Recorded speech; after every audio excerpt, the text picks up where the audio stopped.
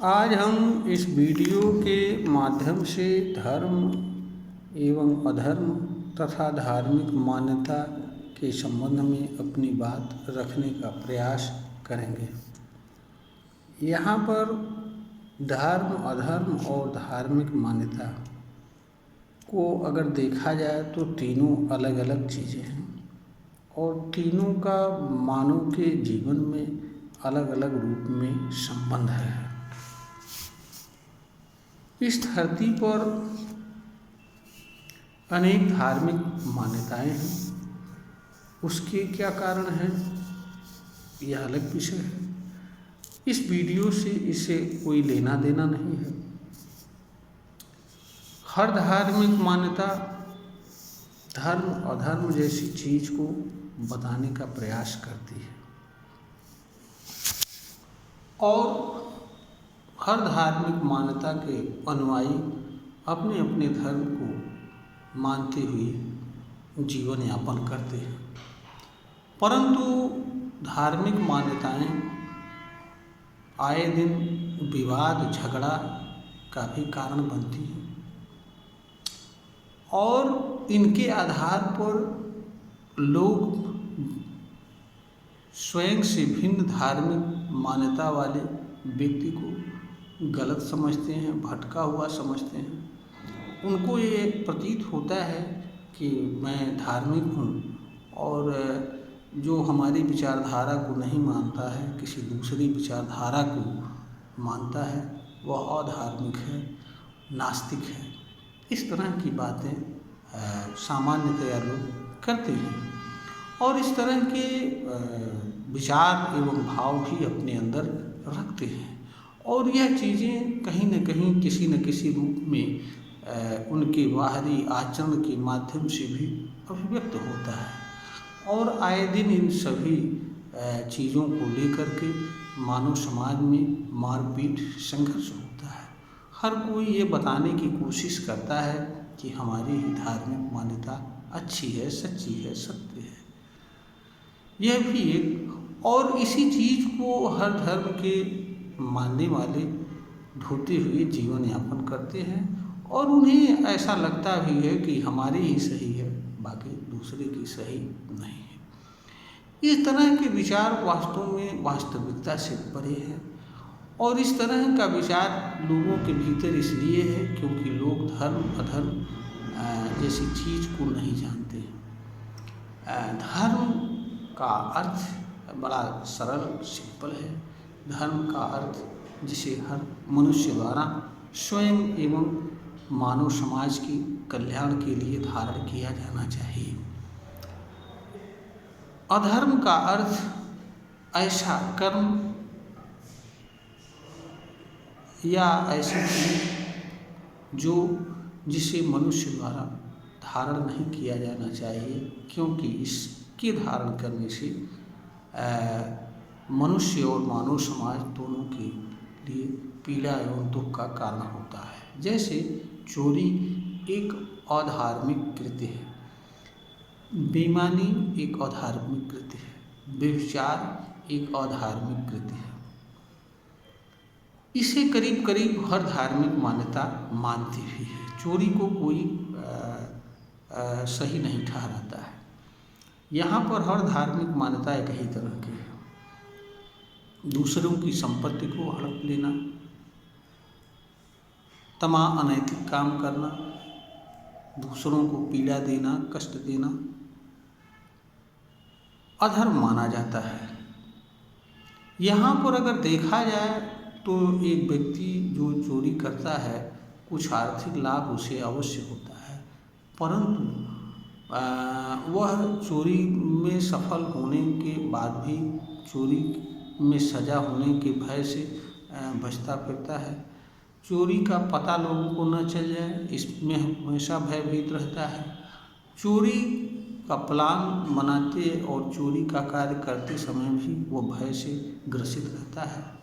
पकड़ लिए जाने पर उसकी क्या स्थिति होती है, यह बताने की ज़रूरत नहीं। इसके अतिरिक्त जो है जिस घर चोरी होती है उसे नुकसान होता है, मानव समाज में गलत संदेश जाता है, असुरक्षा की भावना पैदा होती है और लोगों के भीतर यह विचार बैठता है कि कल मेरे घर भी चोरी हो सकती है। यहाँ पर देखिए कि अधर्म एक ऐसा कृत्य है जिससे जो व्यक्ति कर्म कर रहा है उसको भी तकलीफ हो रही है, दूसरों को भी तकलीफ हो रही है, सारे मानव समाज में तकलीफ। और अधर्म जैसे कार्य को करने से इस तरह के चीज़ों से लोग जुड़ते हैं और अन्य लोगों के अंदर भी इस तरह के विचार एवं भाव जागृत होते हैं। इसी कारण से अनेक धार्मिक अधार्मिक कृत्य इस धरती पर संपन्न हो रहे हैं, यह भी एक सच्चाई है। दूसरी तरफ जब धर्म का कोई व्यक्ति काम करता है, धार्मिक काम करता है, जैसे प्रेम है, सत्य है, ईमानदारी है, अहिंसा है, इस तरह की चीज़ों को हर कोई मानता है। सेवा है, दान देना है, दूसरों की सेवा जब कोई व्यक्ति ईमानदारी से करता है तो जिसकी सेवा करता है उसे भी संतुष्टि मिलती है और सेवा करने का जो एक सुखद अनुभूति होती है वह एक अलग तरह की अनुभूति होती है। इसकी अनुभूति सेवा करने वाले को भी होती है। इसी तरह से जब कोई ईमानदारीपूर्ण कर्तव्य करता है, कर्म करता है, तो उसका अंदर भी एक आत्मबल जागृत रहता है, आत्मविश्वास से भरा रहता है कि मैं अच्छा कर रहा हूँ। और किसी के साथ ईमानदारीपूर्ण व्यवहार करता है वह सारे लोगों को उसकी ईमानदारी से लाभ होता है। तो धर्म ऐसा चीज़ होता है जिससे कर्ता को भी और कर्ता के कर्म के संपर्क में आने वाले दूसरे लोगों को भी लाभ पहुंचता है। तो वस्तुतः धर्म और अधर्म व्यक्ति को यह बताने की कोशिश करते हैं कि उसे क्या करना चाहिए और क्या नहीं करना चाहिए। अब जहाँ तक धर्म और अधर्म के संबंध में अलग अलग धार्मिक मान्यताओं का सवाल है, तो धार्मिक मान्यताएं धर्म क्या है, अधर्म क्या है, इस चीज़ को जानने के साधन होते हैं ताकि मनुष्य इन चीज़ों को जान सके और इनका अपने व्यवहारिक जीवन में उपयोग कर सके और वह मानव समाज में विद्यमान बुराइयों से दूर रहते हुए धार्मिक रूप से जीवन यापन कर सके। इनका उद्देश्य यह है। धार्मिक मान्यताओं में भिन्नता का अर्थ यह नहीं है कि उसके आधार पर कोई व्यक्ति किसी दूसरे गैर मजहब वाले को गलत समझे या उसे अधार्मिक समझे।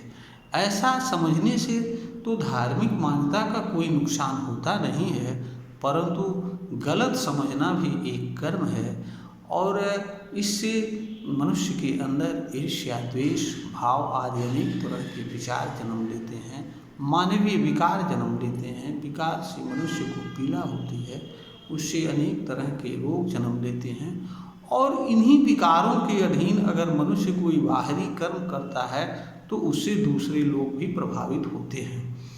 तो मनुष्य का जो कर्म होता है वह जो करता है उसको और उसके संपर्क में आने वाले दूसरे लोगों को भी प्रभावित करता है।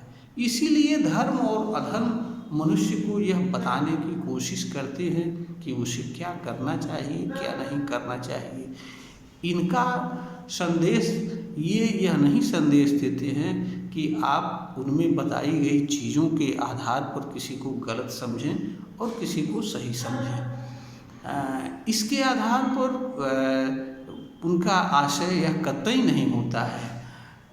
अगर इस तरह के लोग बात समझते हैं तो या तो उन्होंने ईमानदारी से निष्पक्ष भाव से धर्म ग्रंथों को पढ़ा नहीं या धर्म ग्रंथों के वास्तविक उद्देश्य को नहीं जाना, या ऐसे लोग धर्म और अधर्म का कार्य क्या है इसको नहीं जानते हैं।